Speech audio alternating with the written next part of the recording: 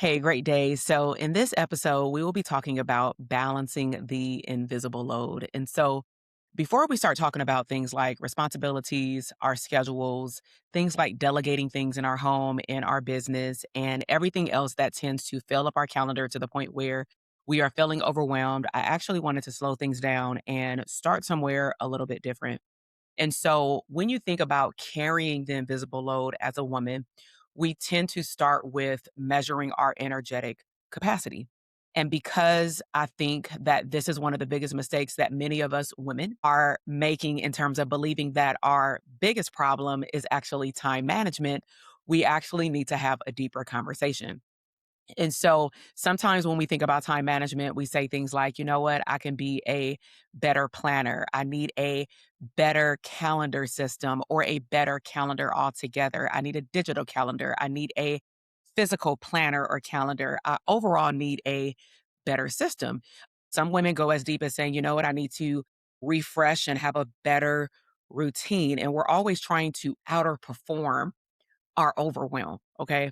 And so when you think about all of these things, they can definitely be helpful. I myself have done everything I just listed. And I've also learned over time something really important about myself, which is my biggest challenge isn't actually managing my time. It's actually honoring my energy, and those are literally 2 completely different things. And so, if I can give you some context and background, I work from home. I've been working completely from home since 2020, like most service providers. I'm gonna say that the title of this chapter will be called Working from Home Change Me, okay? So, when you think about working from home, especially if you had never worked remote before, or you may have done it like once or twice a week for a couple of hours, in the beginning, it was new.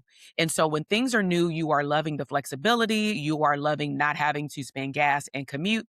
And for me, I was running a full blown business, having a private practice, and then tapping into, of course, other streams of income that I can run straight from home, internet, and Zoom.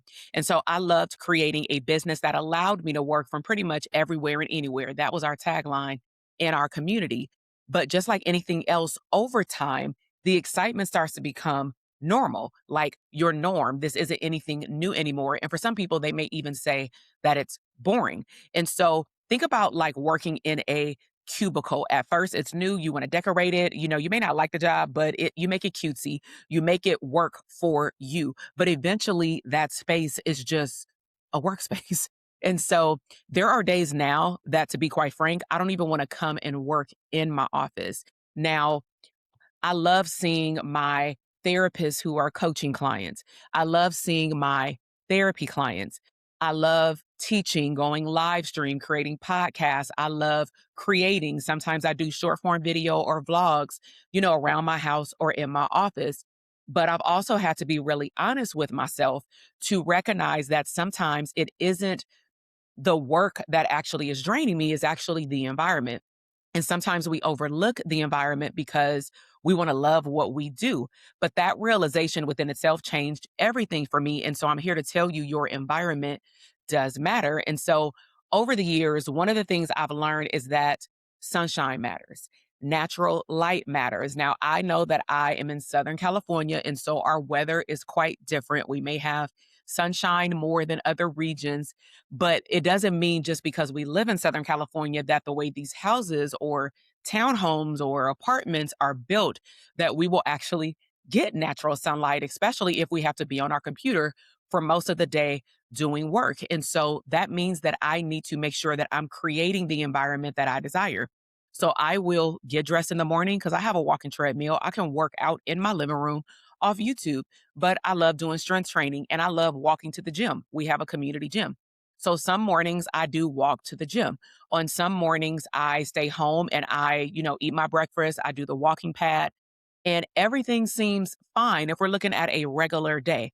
But I don't know about you, all of a sudden, and maybe because of my age and things like that and natural hormones as a woman, I tell my husband it literally feels like out of nowhere, somebody has come and knocked the living wind out of me, meaning they went into my body and stole my energy. That's really what it feels like. And the crazy part is there's no triggering event. There's no conversation that happened or something that I watched on TV, sometimes nothing literally has happened. There's no emergency, there's no bad news, there's no crises around me. It's just that literally my energy on GP disappears. And so maybe you have experienced that as well. And for years, I would try to push through it. I would just say, you know what, maybe I didn't get enough sleep. But I've also had to tell myself things like, come on, you have work to do. I am a personality type A. I am a very, organized person. I love to follow through on the thing that I said I was going to do or all the things that I said I was going to do at the beginning of the day. I would be my biggest cheerleader and my pusher and say things more from a hustle mentality of you have deadlines, people are waiting on you. But now, in current date, I have allowed myself to pause. Instead of asking myself, what's wrong with me? I now ask myself, what do I need? How do I want to feel? What would happen if I just get still and I am just being? And that means for me, sometimes it means moving to another room if I do need to work. It means opening up the shades or the blinds. Sometimes for me, and this used to be a big no back in the day, is working in my bedroom. Now, one of the reasons why I have put my bedroom off limits, especially starting in 2020, is that I wanted that to be a place of rest and to reset. However, the more and more years that I've worked from home, I've recognized that certain offices, like or rooms like my home office, it does have natural sunlight. However, it's boring. It's pretty, but it still feels stale because I'm used to it. It's no longer new. And so because I run my full business from home and sometimes I get out, I do speaking engagements and I do trainings, those things aren't happening on a consistent basis like once a week like they used to even up to a year and a half ago or last year. And so for me, working in my bedroom sometimes, and it depends on what task I'm doing, typically it's something around YouTube, editing, or something that's going to, when I'm looking at it, bring me joy. It allows me to produce for those particular days the best work. And if that's the case, and that's what I've determined that that's the environment that I want to be in that brings me joy, then I have the right to, change my rules because I'm no longer interested in forcing myself to work in a way and in an environment that is not allowing me to produce at my best. And so I'm going to give it like chapters. I've moved into a chapter of I don't force myself anymore, especially comparing myself to the old version of me. So, one of the biggest gifts I've given myself in this particular season is permission to stop forcing things, especially when I used to do certain things a particular way. That doesn't mean I only work when I feel like it. I want to be clear about that. Bills still need to be paid. I still love having an abundant life. And I still love, running my business and seeing my clients. So I wanted to make that very clear because I am very still disciplined. I still have responsibilities, but discipline doesn't require me to ignore myself. And a lot of women, we ignore what we need in the moment. And that, again, is a big difference. And so, for example, let me give you some background in terms of an example schedule. Some days I record a video, and sometimes those are planned, and sometimes they're energetically planned, meaning I wake up and I say, you know what, this will be my recording day. Some days I want to be in my office. Some days I know I need to record a podcast episode. So I may choose to come down to the office, but sometimes it's a lot of work. But I will take my lights, my microphone, and everything up to my living room area if I'm at home by myself. Or sometimes I've taken just my microphone if it's audio only, and I will take everything up to my bedroom.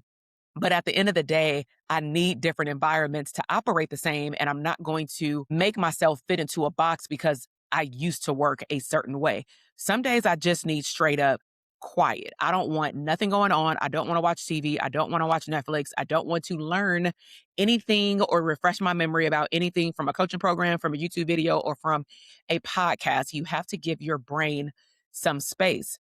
But sometimes I also want to get out the house and I want to just hear noise, the opposite, and be around people like in a Starbucks and a Panera Bread. And I just don't want to be in the house.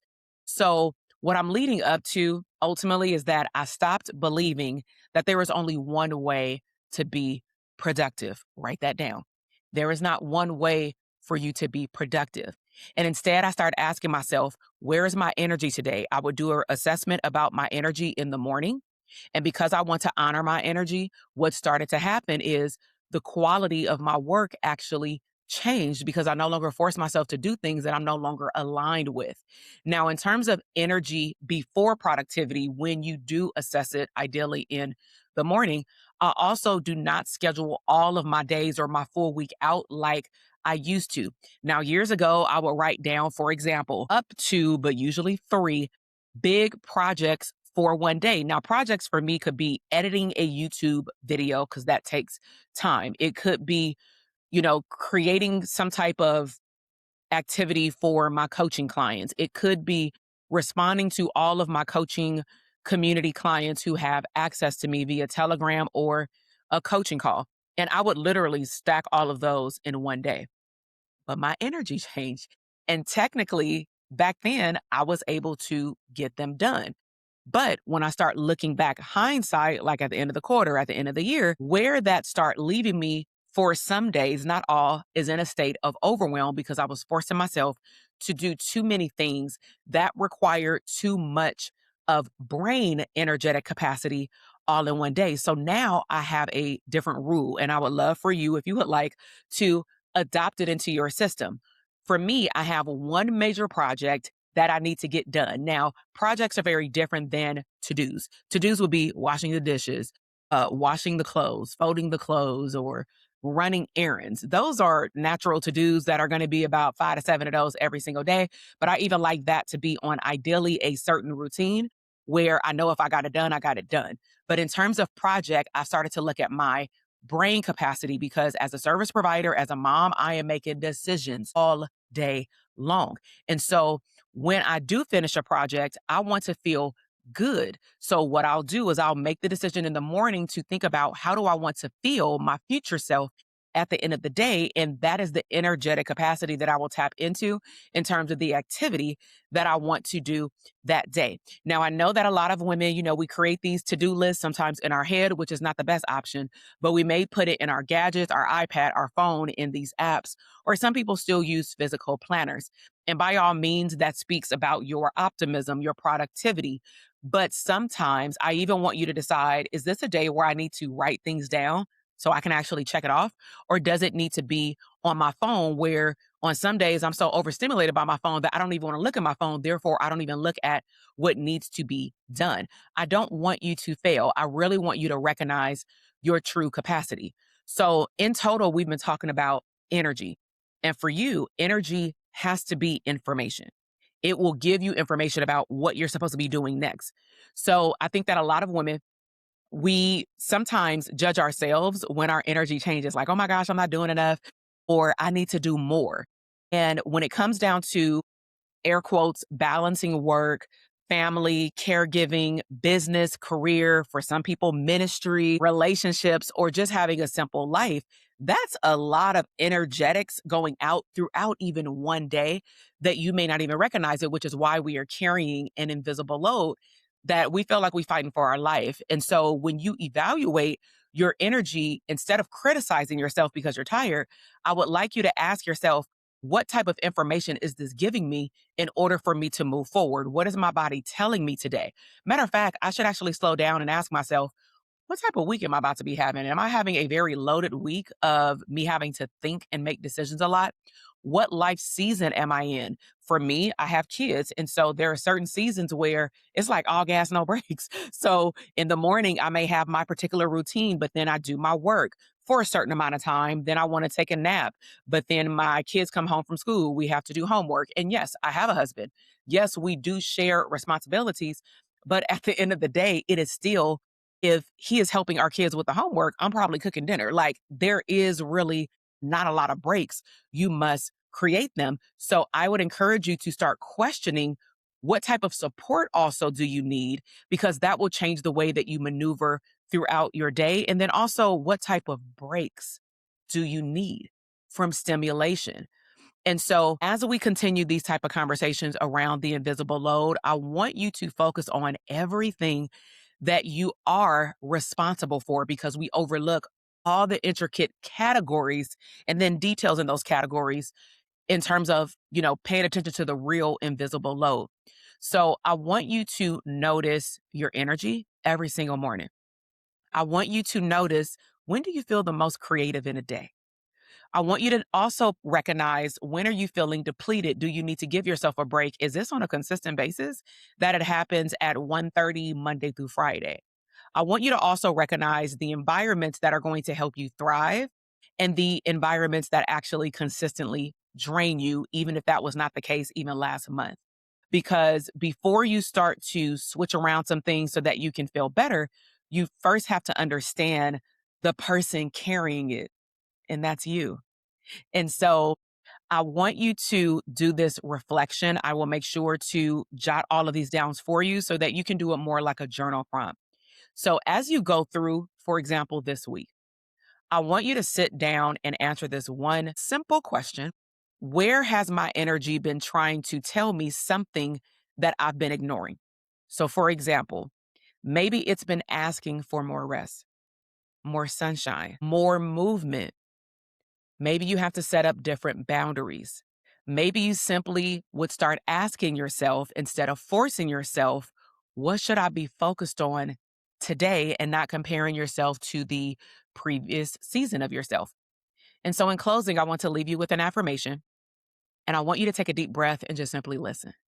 I give myself permission to honor my energy. I do not have to force myself to work the way I always have.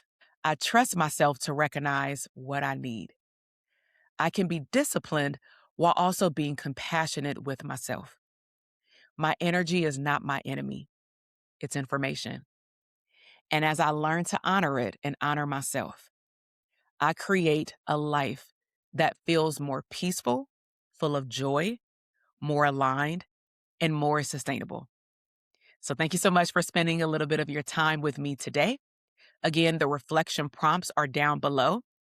I want you to take some time and just answer them. And this can maybe set the tone for either the way you go to sleep at night, to have a better start in the morning, and or if you want to make this part of your morning routine, definitely embed this in your quiet and be still time and allow yourself to get to know yourself better.